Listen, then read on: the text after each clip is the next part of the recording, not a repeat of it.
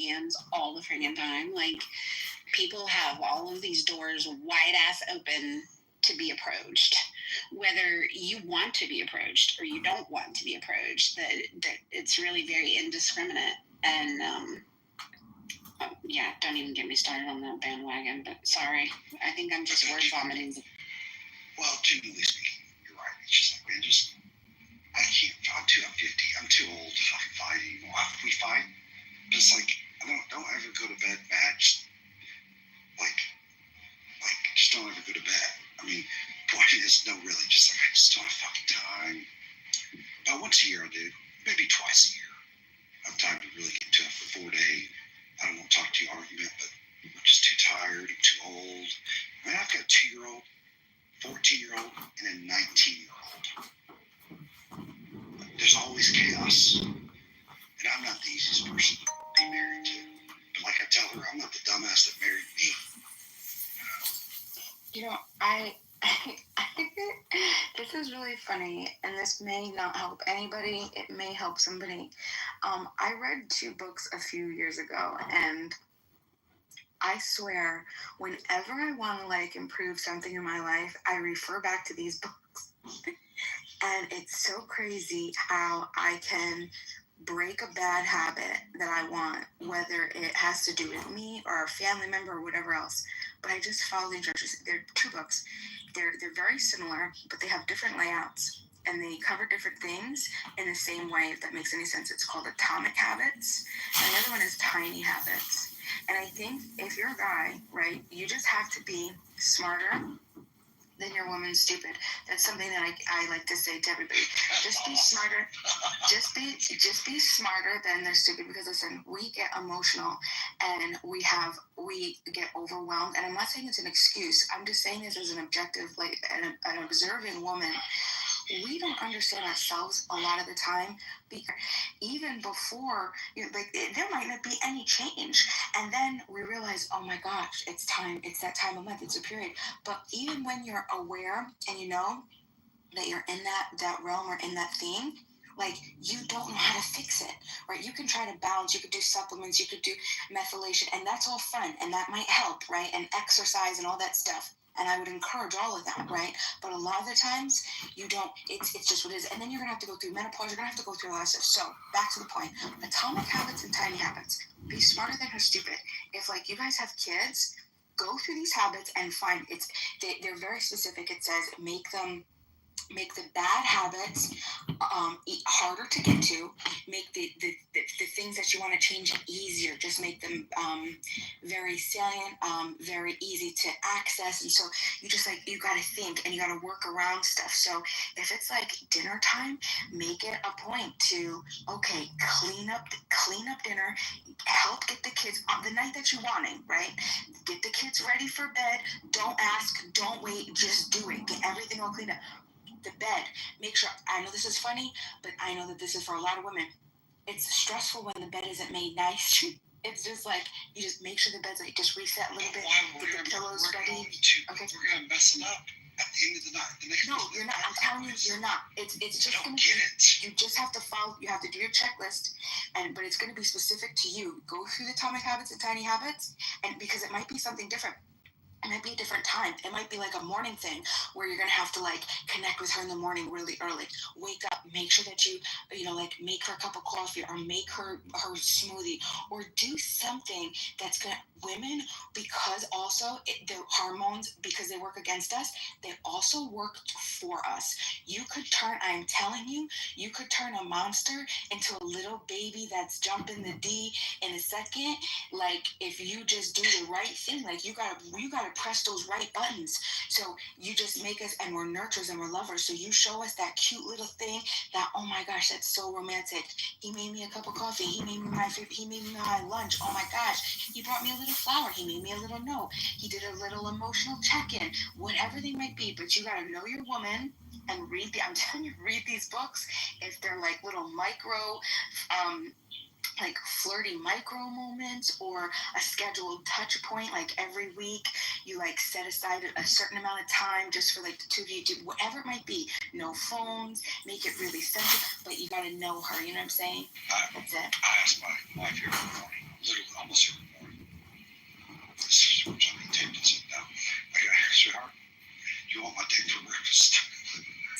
maybe if you're not getting it, and just hear me out.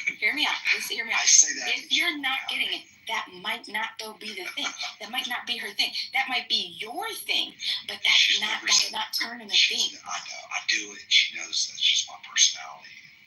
She just continues to sleep. She's not yet said yes, by the way. But one day she will. But she just loud. See, the thing, you don't want her, Matt, you don't want her to like roll her eyes like, oh my God, or laugh. You don't want it to be funny. You want her to be like, oh my God, like, yes, come over here. You know what I'm saying? Well, yeah, I get it. That's my personality. She gets it. That's what I mean. Well, yeah, there is no one size fits all for relationships. You figure each other out. Like 30 years was not enough. I still didn't have, everything figured out with him, but we sure learned a lot along the way. And I think more than anything, like being able to communicate with each other, just kind of knowing who you are. It's like you said, Matt, it's not my thing, and she knows it's not my thing. And my husband was the same way. Like he very rarely had like a quote unquote romantic bone in his body, but it was in all of the little tiny things that he did that just got me going. Like I would wake up and he'd leave Post-it notes on the mirror for me. Or he'd just send me a random text during the day and just say, thinking about you, or whatever. They were never like these. I mean, he did occasionally come up with some pretty good grand gestures, but for the most part, for the duration of our marriage, it was all the little things. Like, honestly, that was my biggest regret after he was gone was. Oh, that's right. You lost your husband. Yeah, I looked back and I thought to myself, I didn't do enough of the little things. A day never went by where I didn't know that he loved me. And if you're going to have a regret about something, like that was my biggest regret, that it was included in my eulogy. I didn't do enough of the little things. He loved hard in all of the ways that mattered. And they weren't magnanimous. How many years ago did you lose your husband? It's been 4 years. I produced a show in Nashville. He's a big songwriter in Nashville. A show, it's about mental health, but with the focus of grief. Mm-hmm. Brad, the host, he wrote, I don't know if you're a big country music fan, he's written a bunch of #1s, wrote Red Solo Cup for Toby Keith, and knows everybody in town. And we've had guests from Shell Crowd, a bunch of people, some no-name people. This is good show, good. I'll put it in text. This is grief, and Brad lost his son 5 years ago to fentanyl. So we've hosted big songwriters that lost spouses, wives or husbands lost spouses. Yep. And it's fascinating to hear these men and women. About a fourth of these guests are real intense grief episodes. And it's amazing to listen to these people, how strong they are. Just a few years or even decades of how strong they are when it comes to the grief aspect of things. Especially losing a child. And it's just like, man, they're strong people. And it's just fascinating. It's therapeutic. I'll post it in the chat. Yeah, do. Because it's, unfortunately, and this is not me whining. This is not a sympathy play. Because you know what? For the most part, I've led a very charmed life. I had an idealistic childhood, wonderful parents who are still living. But grief is not something that my family's been spared from. My sister lost her husband and both of her children in a car accident 20 years ago. And, her baby, her little girl was only 8 months old. Her little boy was 3. And,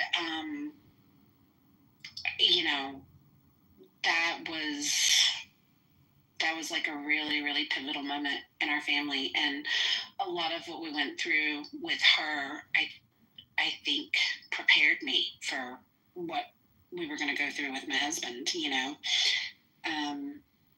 I learned a lot of what not to do. And how to manage it, how not to manage it.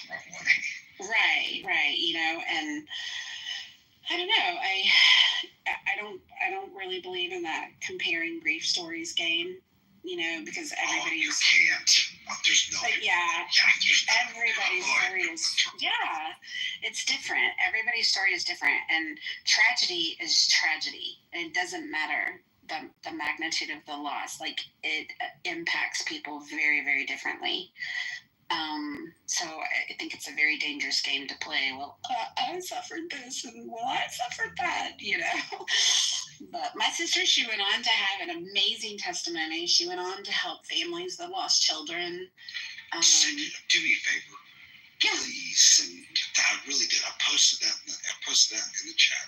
Mm-hmm. And again, we have if she's more proactive in the grief community, Mm-hmm. something like that. And again, even though we've had a Sheryl Crow, we've had these huge songwriters, actors, it's someone like that in the grief community, and has a story, and reach out to that, and I'll put my email address. I don't know. We've flown that girl that abducted in plain sight. She was abducted twice as a teenager. It was a big Netflix show. We flew her in from Utah. We've had a long list of people. Some people you've never heard of. Some people you have heard. I call it cerebral humor. It's just a wonderful show, and we produce it in Nashville. And if she's taken her grief story and turned it into, and I hate to, just for the lack of people haven't experienced this type of grief. I've been around it, so I've heard these men and women talk about children and whatnot. People to find somebody that really looks at finding the good in grief and finding the good in it are amazing people. Yeah. Amazing people. For sure. And I'd love to have someone like that who's lost family. Mm-hmm. I mean, yep. I could not. I'm checking. Like I told my wife, my 2-year-old, I'm checking out. I'm sorry, nothing's going to stop me. Nope, can't do it. So to think that I have that terrible attitude, even with seeing some of these people who a child was murdered, his child is a big songwriter, a bunch of big songs, y'all know, Casey Beathard. His child was murdered in downtown Nashville with a knife. He was stuck in the middle of a fight to break it up. And anyways, but long story short, 6 months later at his trial, he found him guilty. He just said, he told this person who murdered his son, I hope you get to know Jesus because you and my son will be best friends one day. When you find, if you make it happen, per se. To say that to someone who murdered your child, it's pretty damn powerful. Yeah, my sister actually, she, there was a trial for the man that hit them. He was not under the influence or anything. It was honestly a tragic accident. He was speeding and he ran a red light when he T-boned them. And repeatedly throughout the course of the 2 years before his trial, the district attorney tried to get my sister to coordinate and work with the victim impact group to provide like a victim impact statement at his trial and whatnot. He was charged with 3 counts of vehicular homicide, and my sister had declined to give a statement. She had tried pervasively through that 2 years to get people she had purchased a Bible for him. She had heard throughout town that he'd had a hard time, coping mentally with the accident and what had happened. And she had tried many times to get people to provide a Bible to him, where she had written just a short little note inside the Bible, and nobody would pass it along for her. So she went to the trial, and towards the very end of it, her husband's parents, who did not really engage with them a whole lot, there wasn't like a great relationship there, they had provided a really powerful victim impact statement to the court, and they were pushing for maximum sentencing. And my sister tapped on the DA's shoulder and asked if she could go ahead and give a statement in the courtroom. The judge was honestly getting ready to throw the book at this guy, and the district attorney agreed. And so she was finally able to get up and walk over there and hand him the Bible that she had purchased for him almost 2 years earlier. And she got up on the stand and she basically told the court that there was nothing that they were going to do punitively. Ultimately, she knew that God was in charge of their destinies, that their days had been numbered from their birth, and that it was a tragic accident, and that she didn't hold him responsible. And the judge asked her, "What would you recommend?" And my sister said, "Well, he was speeding, and I mean, there was some recklessness in that, and so my sister made some recommendations because the city had dedicated a park to her children, and she recommended like community time, helping with the upkeep of the park, suspended license, and the judge ended up granting everything that my sister suggested because of her testimony. And I don't know. Grace pretty impactful. is a powerful thing. It is. But yeah, I just sent an email and it shows the use of the YouTube thing. And feel free to share my contact information with her. I will. Yeah, we love me. They're Brad and Michelle were both heavily involved. He has 20 dads every first Wednesday of the month that lost children, which half are drugs, of which all of those are fentanyl. The other half are generally accidents. And then they also are part of two nonprofits, a bunch of others. They'll just send cards to people that have experienced something like this. And the dad's group is the same thing. So it's pretty, really impactful.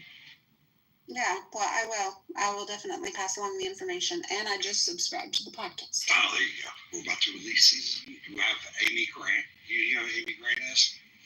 The big Christian artist back. I do. She's going to be our first guest. I mean, she's a badass.